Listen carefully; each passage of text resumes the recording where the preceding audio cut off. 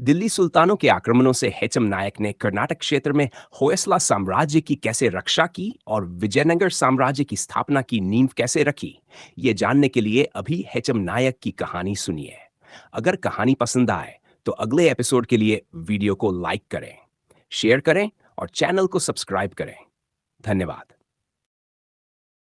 हेचम नायक, वहां बहुत से लोग मशालों की रोशनी में मिट्टी उठाकर एक मंदिर पर डाल रहे थे और उसे ढकने की कोशिश कर रहे थे। वे पहले ही उस मंदिर को काफी हद तक मिट्टी से ढक चुके थे। अब केवल उसके शिखर का ऊपरी हिस्सा ही दिख रहा था। उसे भी छुपाने के लिए वे तेजी से मिट्टी लाकर उस पर डाल रहे थे। वहां काम कर रहे लोगों को, और तेज काम करो। उन दुश्मनों को इस मंदिर का कोई निशान भी नहीं मिलना चाहिए। जल्दी करो। ये कहते हुए 60 साल के शिवरामैया सबको उत्साहित कर रहे थे। कुछ ही समय बाद मंदिर का शिखर भी मिट्टी से पूरी तरह ढक गया। अब वह मंदिर छोटी नदी के किनारे रेत के बड़े बड़े डेरों में से एक डेर के समान नजर आ रहा था।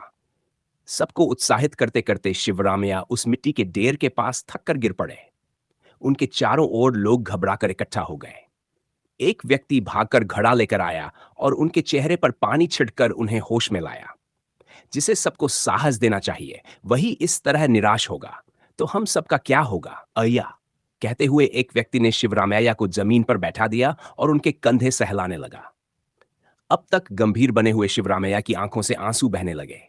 वे उठे और उस मिट्टी के ढेर के पास जाकर घुटनों पर बैठ गए।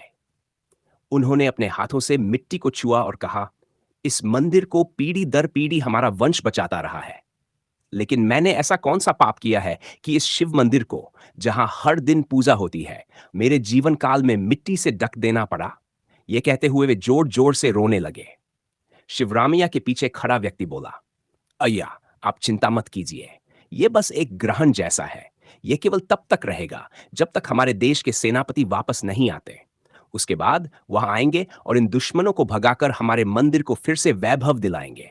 आप धैर्य रखिए। तब शिवरामैया लड़खड़ाते हुए खड़े हुए और बोले, सिर्फ यही आशा मुझे अब तक जीवित रखे हुए है, वरना इस मंदिर से पहले मुझे ही मिट्टी में दफनाना पड़ता। अय्या, यहां ज्यादा समय तक रुकना ठीक नहीं है।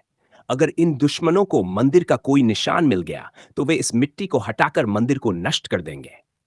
इसलिए हमें यहां से जल्दी निकलना चाहिए।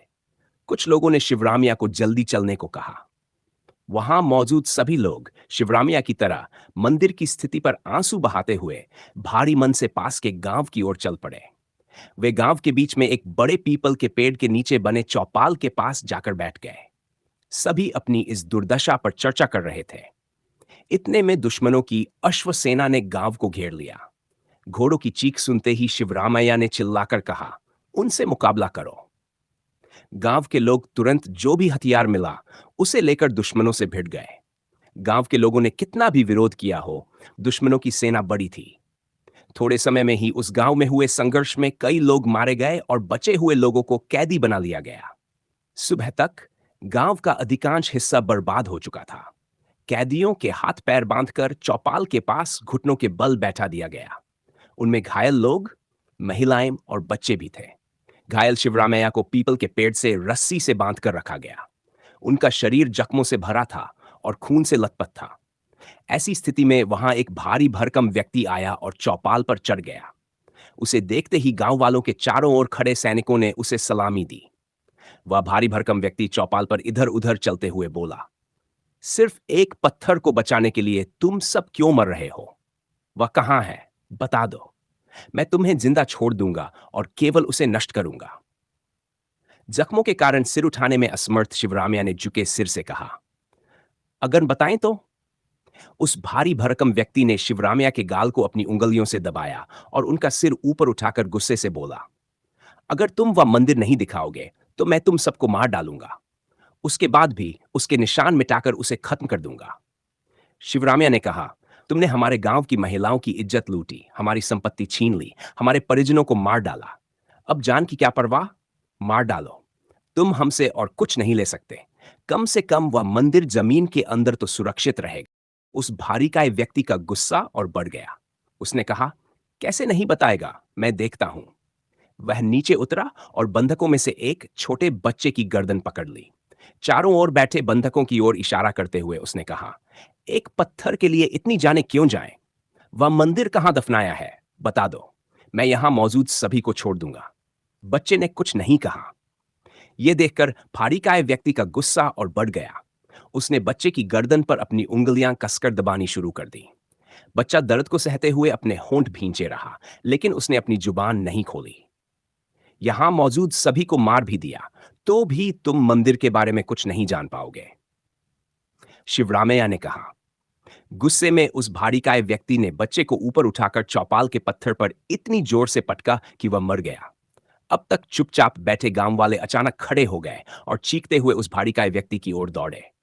लेकिन उसने अपनी म्यान से एक बड़ी तलवार निकाली और आगे आने वालों को काटने लगा।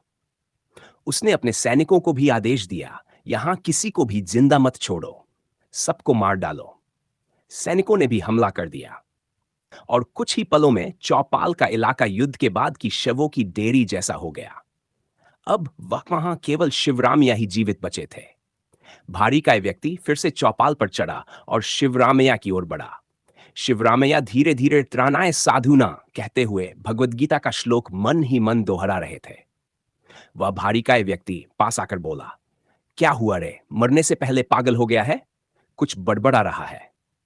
शिवरामैया मुस्कुराते हुए बोले, यह पागलपन नहीं है, यह हमारे देवता श्री कृष्ण के वचन है, जिन्होंने कहा था कि जब जब अधर्म बढ़ेगा तब तब धर्म की स्थापना के लिए मैं जन्म लूंगा। मैं वही याद कर रहा हूं। यह सुनकर भारिकाय व्यक्ति जोर से हंसा और फिर रुककर बोला, तुम्हारा देवता नहीं है, वह सिर्फ एक पत्थर है। इतने लोगों को मार रहा हूं, लेकिन तुम्हारा देवता अब तक क्यों नहीं आया? अगर वह है तो उसे बुलाओ, मैं उसे भी मार दूंगा और तुम्हारे मंदिर को मिट्टी में मिला दूंगा। शिवरामैया दुख में भी हंसते हुए बोले, तुम्हें मारने के लिए हमारे देवता को फिर से जन्म लेने की जरूरत नहीं है। तुम्हारी मृत्यु पहले ही हम्पी से तुम्हारी ओर बढ़ चुकी है। तुम्हारा पाप भर चुका है। हमारा हेचम नायक आएगा और तुम्हारा अंत करेगा।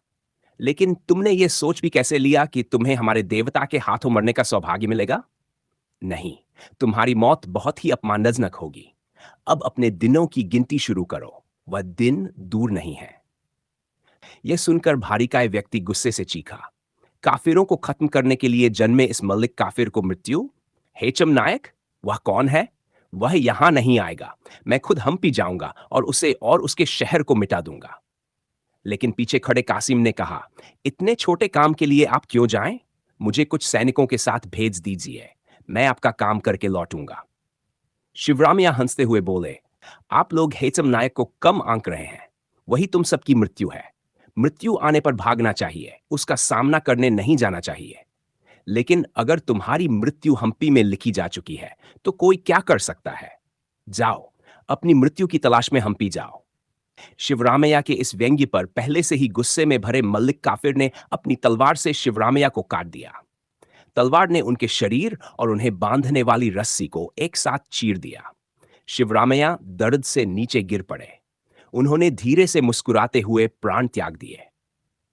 शिवरामैया की मौत के बाद मल्लिक काफिर शांत होकर कासिम की ओर मुड़ा और कहा, कासिम, जितने सैनिक चाहिए लेकर जाओ। 20 दिनों के भीतर हम्पी को मिट्टी में मिलाने की खबर लेकर लौटना। अगर असफल हुए तो तुम्हें मौत की सजा दी जाएगी। सावधान रहना। कासिम ने सिर हिलाकर सहमति जताई और वहां से हट गया। मल्लिक काफिर ने गुस्से में कहा, मुझे मृत्यु है नायक, देखता हूं, उसका अंत भी मैं करूंगा। वह मुझसे कैसे बचेगा यह भी देखता हूं। और आसमान की ओर देखते हुए जोर से चीखा। रामकृष्ण हड़बड़ाकर नींद से जागा। उसने अपनी लंबी बालों को उंगलियों से पीछे किया, बिस्तर से उठकर तंबू से बाहर आया, आलस भरी अंगड़ाई ली और आसमान की ओर देखा। अभी पूरी तरह सुबह नहीं हुई थी। आसमान अभी लालिमा लिए हुए था।